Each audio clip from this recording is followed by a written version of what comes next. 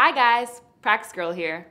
In our introduction, I defined praxeology as the science that studies the logic of human action. In this lesson, I'd like to define the approach praxeology takes in studying human action and deriving universal laws. Unlike the sciences of chemistry or physics, when approaching human beings, praxeology has to employ a method of acquiring knowledge that does not rely on observation, but on discursive reasoning. Or we may say, logical deduction.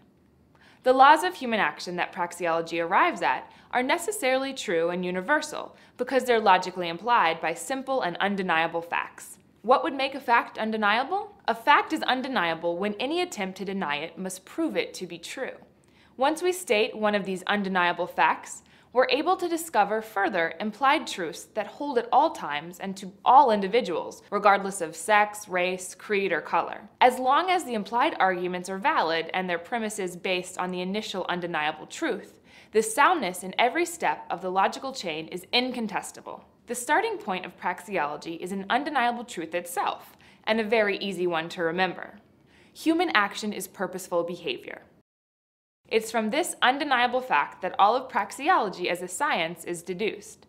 This fact or axiom is undeniable because, as we stated before, if you try to deny that human action is purposeful, you would be acting purposefully yourself. It should be easy to see why logical deduction is the only necessary and fitting method to come to this conclusion.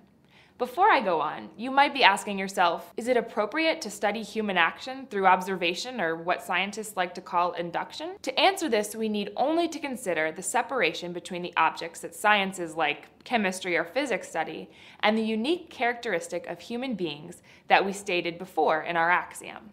These sciences can plot out the courses of stones, atoms, or planets through cause and effect.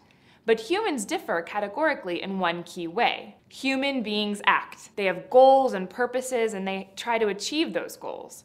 Stones, atoms, planets have no goals or preferences, hence they either move or are moved. They cannot choose, select paths of action, or change their minds. Men and women can and do. Sciences like chemistry and physics are able to investigate objects and classify them to their minutest details. They can turn our observable world into bits of data to quantify. People, on the other hand, cannot be quantified. Every day, people learn, adopt new values and goals, and change their minds. People cannot be slotted and predicted as can objects without minds or without the capacity to learn and choose. The action axiom shows that the uniqueness of all individuals is the logically necessary starting point for studying human behavior.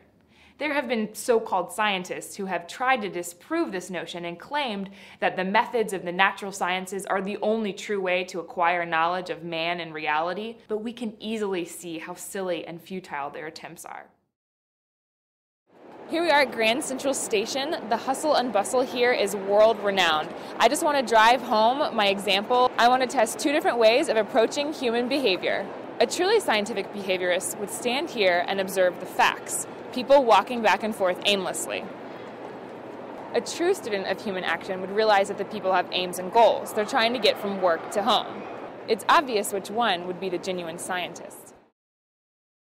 To try and box humans into the type of predictable data and statistics that work in sciences like biology, astronomy, or geology is not only completely inappropriate, but is essentially a denial of the action axiom, a contradiction. Praxeology's method is one kept in the realm of thinking, precisely because as human beings we already contain the tools necessary to understand the purposefulness of action.